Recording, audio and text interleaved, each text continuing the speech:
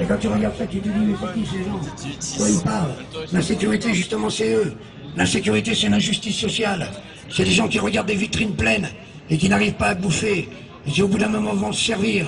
C'est des gens qui t'insultent tous les matins en te disant, regarde-moi ce que j'ai. Et toi, t'as rien. C'est de ta faute parce que t'étais pas capable. Mais les incapables, je les connais, je sais d'où ils viennent. Descendez sur la Côte d'Azur dans des grands hôtels. Vous verrez comment ils se comportent avec les femmes de ménage. Vous verrez aussi comment ils sont pas capables de nettoyer leur chambre. Et comment ils sont au con. Et comment, au bout du compte, au fond d'eux-mêmes, il n'y a que l'argent qui les guide. Ils croyaient être quelqu'un, comme les abrutis du Paris Saint-Germain qui disaient les Arabes dehors, qui gueulaient des cris de singes quand il y avait des Noirs qui jouaient sur la pelouse. Aujourd'hui que c'est le Qatar qui les a rachetés, ils ont vite plié leurs banderoles. Ils sont rentrés un par un, comme ça, tranquillement, en se disant, pourtant les Qatariens sont quand même à quelque part, aussi les Arabes, me semble-t-il. Alors on me dit, oui mais non, tu comprends, c'est pas pareil. C'est une principauté de merde. Le Qatar n'est pas un pays démocratique. Derrière cela, on vient te bourrer la tête en te disant, mais t'as vu, ce sont des paradis fiscaux à leur manière. Parce qu'ils exploitent du pétrole, il n'y en a pas pour longtemps. Alors ils achètent. Et là-bas, les femmes et les opposants sont mis en prison, comme chez nous aussi. Derrière cela, faut-il se taire? Aujourd'hui, on ne parle plus de Maghrébins, on ne parle plus d'Algériens, de Tunisiens ou de Marocains. On te parle de musulmans, comme si on voulait une guerre, comme on dit, de civilisation, de religion. Faut dire, regardez les musulmans. Moi, les musulmans m'ont rien fait. Et les mecs qui sont capables de prier par terre en quittant leurs chaussures, et qui prient là où ils sont, et qui s'agenouillent par terre à ras du sol, me plaisent autant, et beaucoup plus, que ces chrétiens qui arrivent avec des prie-dieux qu'ils ont loués, parce qu'ils ont de l'argent, pour mettre leurs jolis genoux, et prier un mec qui a donné sa vie en disant aimez-vous les uns les autres, qui a jamais voulu des papas mobiles, ni la Banque du Vatican, qui a jamais réclamé tout ça, qui a jamais demandé tout ça, qui a simplement marché pieds nus, en se disant bon Dieu, humanité, essayez de réfléchir, tué par les pharisiens, tué par son propre peuple, assassiné, comme on dirait aujourd'hui, fusillé sur place, on appelle ça finalement mettre en croix à l'époque. Et derrière cela, les mecs, ils vont en pèlerinage. Regardez, en pèlerinage. Même à Lourdes, il n'y a pas eu de miracle. Il y a eu une inondation, ils l'ont pas vu venir, pour dire où est le miracle. Dieu est à droite. Dieu est à droite, pourquoi? Parce que à chaque fois qu'il y a un tremblement de terre, c'est quand les mecs ils ont rien. Un petit pays où les mecs ont rien, ils ont des petits bidonvilles, ils sont là, avec leurs petites maisons comme ça, qu'ils ont faites dans des bidons. C'est là qu'on fait trembler la terre. Si demain la terre, elle tremble, à Monaco, je dirais, tiens, peut-être que Dieu est devenu socialiste. D'un côté comme de l'autre, et ils me cassent les couilles, qui parlent pas de Jean Jaurès, tous les autres, là, qui se la ferment et qui se taisent. Ils ont ni son courage, ni rien. Alors qu'ils se taisent, qui parlent de pourquoi ils font de la politique. Et quand tu rentres en politique, la première chose qu'on te dit, si tu veux monter dans l'appareil politique, il faut que tu sois un tueur, il faut que tu tues l'autre, et que tu marches dessus. C'est comme ça qu'ils parlent les politiciens. Avant d'arriver en haut, qu'on donne le salaire des infirmières et des enseignants à tous nos ministres, députés, sénateurs et j'en passe, à tous ces mecs qui sont des piques-assiettes de la société. C'est pas le RSA le pique-assiette de la société, c'est ces gens-là qui montent à l'intérieur de l'argent, tel qu'ils font, qui serrent les mains là où ils font, juste pour leur porte-monnaie. C'est pas qu'on a le dégoût des politiques ou de la politique, parce qu'on n'a pas le dégoût de la politique, puisque ça veut dire organisation de la cité, que nous sommes concernés par l'organisation de notre cité, comment nous allons vivre ensemble, pour les 6 milliards d'ans sur la Terre, que nous sommes citoyens de l'univers, qu'on pourrait voyager sans papier, sans passeport, parce que chaque être a le droit de se déplacer sur la Terre quand on est un être humain, parce que ça prend du temps et que c'est important. Tout ne se fait pas en préfecture. Et tous ces gens qui sont venus travailler ici, ils ont travaillé parce qu'on les a appelés, parce que ça fait la richesse à Bouygues, j'en passe.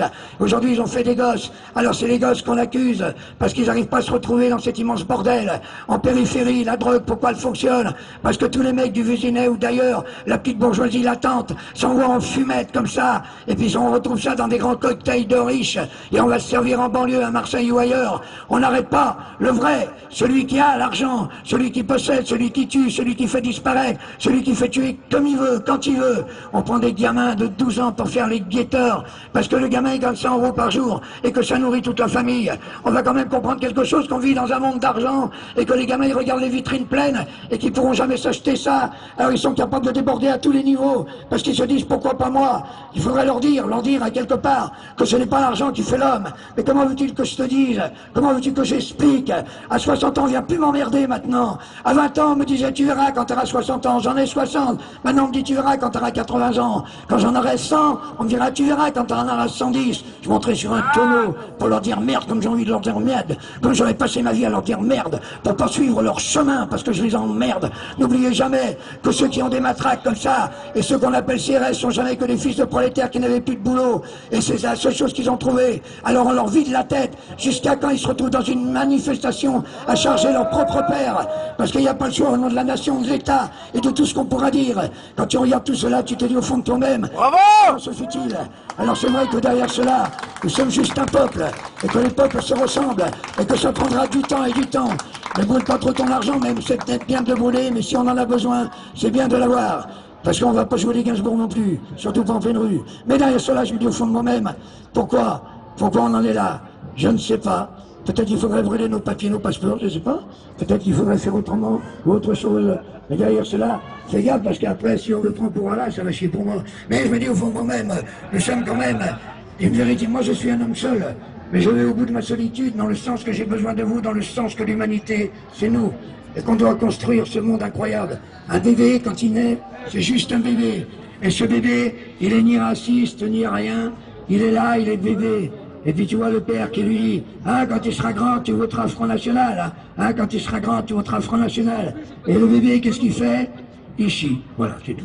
Parce qu'il a juste envie de se... Voilà. Alors, mais justement, c'est là le grand problème. C'est les questions à se poser. Pourquoi on vote pour eux et pourquoi ils ne tiennent pas à leurs promesses? Mais nous, qu'est-ce qu'on veut vraiment construire en ce monde? De quoi a-t-on vraiment besoin? Est-ce qu'on réclame que de l'argent? Plus d'argent? Je suis d'accord, quand je vois les petits salaires. Ceux-là, il faut les augmenter. Il faut que les gens puissent aller mieux dans leur vie. Si ça aide à ça l'argent, je suis d'accord, c'est juste un échange. C'est pas normal qu'un mec qui travaille toute la journée se retrouve avec tout juste 1200 € par mois, hein, et que les autres viennent taper dans un ballon à 500 000. Et qu'est-ce que tu veux que je dise? C'est celui qui a 1200 € par mois qui paye ses entrées je sais pas combien au PSG. Et si tu dis du mal de leur footballeur, il te casserait la gueule en disant t'as pas le droit de toucher à celui-là. Attention, il faut voir. C'est un long chemin, messieurs, dames, long chemin de solitude. Le courage, ça n'existe pas. C'est juste un fait comme ça par hasard. Dire ce qu'on a envie de dire, ce n'est pas une preuve de courage. C'est simplement parce que c'est nécessaire, parce que ça fait partie de la survie. Et puis quand tu apprends à ne plus avoir peur de la mort, tu t'aperçois que c'est pas la mort qui est grave. C'est la vie qu'on a ratée. C'est tout ce qu'on n'a pas fait, tout ce qu'on n'a pas pu dire, tout ce qu'on n'a pas construit. Je préfère au bout du compte qu'on se rappelle de moi dans ma voix, dans mes chansons. Et mes petits-enfants, ce que je leur apprends, c'est que leur grand-père, eh ben, il avait des choses à leur raconter quand il revenait même d'Aurillac. Il leur disait tout ce qu'il avait à leur dire. Et qu'ils entendent bien ma voix et qu'ils s'en rappellent. Et qu'ils disent un jour, ah, si tu avais vu mon grand-père, ça me touche. Beaucoup plus de savoir quel meuble j'ai. Tu vois la manière qu'on pille les meubles des vieux, comment on vide les appartements quand ils sont morts, comment on revend tout ça juste pour la thune, comment on vide les appartements, les petites maisons, les petits trucs, parce que ça fait de la thune. Et puis après, tu vois, le seul mec, il n'y a plus rien. Et quand tu as grandi dans une maison d'enfance et que tu te rappelles la maison où tu as grandi, des fois, tu n'as pas envie de la vendre. J'ai un ami, moi, qui habite sur l'île Dorée. C'est un type fabuleux. Il a hérité de la maison de pêcheur, de son arrière-grand-père et de son arrière-grand-mère. Et ça allait comme ça. Sauf qu'aujourd'hui, il est imposant sur les grandes fortunes, à cause de tous ces connards qui sont installés là-bas et qu'on fait flamber les prix. Et lui, il ne reste plus qu'un seul choix, c'est de vendre sa baraque. Sinon, on va lui la saisir parce qu'il ne peut pas payer les impôts locaux et les autres impôts. C'est quand même incroyable, la manière qu'on a de virer les gens juste par l'argent. Alors c'est pour cela que c'est un très long chemin. Et puis finalement, au bout du compte, je n'ai jamais renié ni mes 14 ans, ni même mes 5 ans, ni même mes 60. Je me pose la question sur mes rêves de gosse. Et ces rêves de gosse, je ne les trahirai jamais. Parce que quand je prenais mes amis par le cou, et qu'on était en train de courir comme ça dans le peu de nature parfois qu'on avait, et qu'on se disait qu'on était les meilleurs amis du monde, c'est là que j'ai rêvé le plus dans ma vie. C'est là que j'ai eu le plus d'émotions. C'est là que j'ai été le plus fidèle avec moi-même, en me rappelant tout ce qui était possible et inimaginable. C'est pas dur d'être chanteur, c'est simplement un fait, comme on est boulanger ou comme on est charpentier. Je sais très bien qu'on a besoin plus de charpentiers que de gens qui viennent chanter dans la rue, mais n'empêche qu'on fait partie de l'ensemble, et n'empêche que cet ensemble existe ensemble. Messieurs, dames, vous avez tout dans les mains. Messieurs, dames, vous pouvez tout partager. Le travail, et j'en passe. Travaillez moins, faire gaffe à vos gosses. Essayez de comprendre pourquoi il y a 6 milliards de gens sur la Terre.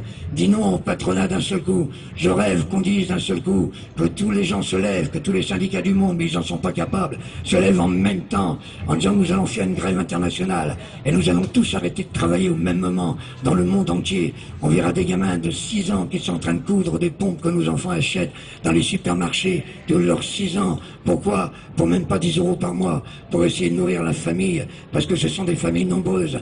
Parce que quand je vois que des mecs, ils vont chercher dans certains pays des yeux, des organes, pour des greffes d'organes pour leurs gamins. Moi je dis que celui qui les vend est un salaud, mais celui qui les accepte acceptes en sachant pertinemment d'où ça vient est un salaud aussi. C'est pour ça que dans certains pays, tu croises des fois des petites filles, des petits garçons à qui il manque un œil. C'est le plus âgé de la famille qui a donné son œil ou son foie ou tout ce que tu voudras juste pour que la famille puisse survivre.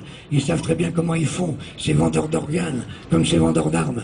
Je préfère mourir seul et tranquille et paisible en me disant que je voulais pas de ça, que je ne suis pas né dans le monde que j'aimais, et qu'à travers tout cela, il fallait que je me batte dans un monde que je n'aimais pas, pour essayer de faire comprendre aux gens et de comprendre moi-même pourquoi la vie, c'est simple, que c'est rapide, et que ça ne dure pas longtemps, et que c'est l'acte le plus beau. Quand on dit à un enfant, regarde comment il est mignon, regarde, il vient de naître, on lui donne la vie, et puis après, qu'est-ce qu'on lui dit? On lui dit maintenant, eh ben, tu vas la gagner, ta vie, il y a quelque chose qui ne va pas à l'intérieur. C'est pour cela aussi au niveau purement social que je suis pour le salaire des étudiants, pour que les mecs puissent étudier et qu'ils choisissent le métier qu'ils aiment, ce qu'ils ont dans les tripes, ce qui leur fait plaisir vraiment à l'intérieur d'eux-mêmes. Et quand ils ressortiront médecins ou qui tu voudras, eh bien ils ressortiront avec ce qu'ils aiment et qu'on les aide. Et quand ils seront ceux-là, ils nous le rendront. Et comme ils nous le rendront tous ensemble, c'est pour cela qu'il ne faut pas les laisser tout seuls courir sur des pelouses quand ils ont des seringues. Il faut que ce soit les parents qui aillent les chercher, pas les éducateurs, et qui prennent leur enfant dans leurs bras en disant qu'est-ce qui se passe, dis-moi ce qu'il y a, qu'est-ce qui se passe, pourquoi ça va pas comme ça. Faites attention à vous, jeunesse, ils feront tout pour vous assassiner, comme on a assassiné les Indiens, en leur balançant l'alcool, en les empêchant de vivre, et en tuant leur plus beau rêve, qui était un rêve de partage. Ils savaient ce qu'était la terre, ils faisaient attention à chaque goutte d'eau, à chaque chose qu'ils consommaient, parce qu'ils savaient qu'ils en avaient besoin juste après, et que les générations après en auraient encore besoin. Ça s'appelle la vie, messieurs, dames, et c'est un acte merveilleux, et c'est nos parents qui nous la donnent. Et à travers tout cela, quand ils nous l'ont donné, alors on doit quelque chose à nos gosses. Mais on ne doit pas leur apprendre la parodie du monde. On doit leur dire, tu sais, maintenant on va se battre ensemble pour essayer de faire que les choses changent un tout petit peu. Je suis peut-être un utopiste, mais parfois je suis fier de l'être. Quand je vois ceux qui ne le sont pas, les réalistes, soi-disant réalistes, alors qu'ils ne le sont pas du tout, m'emmerdent. Les économistes aussi, avec leur 0,02%, parce que la bourse s'est effondrée. Et bien que la bourse s'effondre complètement, et que finalement, au bout du compte, on en finisse avec cet acte barbare qui s'appelle tuer les gens au niveau d'un stress. Chez nous, on les tue pas comme ça avec des fusils, on les tue au niveau du stress, on les empêche de vivre. Et puis tu sais, quand tu vas beaucoup plus loin, quand tu voyages dans le monde entier, même en ce moment, si dans les pays des Maghreb ça pète, tu verras comment tu es reçu par les gens, et tu verras qu'à chaque fois la seule question c'est où c'est que tu as mangé et où c'est que tu dors. Et pourtant ces gens-là n'ont pas grand-chose. Ça fait très très longtemps que je n'entends plus ça dans le pays où je suis né et où j'habite. C'est pour ça que je leur dis souvent, surtout ne nous ressemblez pas. Et tous les combats sont leurs combats. Et tous les combats seront les plus merveilleux. Et les femmes du monde se battront dans le monde entier par rapport à leur indépendance à elles, comme elles l'ont choisi, pas par rapport à des mecs qui viennent comme ça à la Chambre des députés pour dire nous allons parler pour les femmes, ou des femmes qui essayent d'être députés en ressemblant tellement connement aux mecs. Il n'y a qu'à regarder la gueule de Morano pour comprendre que finalement du compte, c'est un mauvais croisement. Je vais vous chanter une chanson parce qu'avant tout, je chante des chansons. Bravo!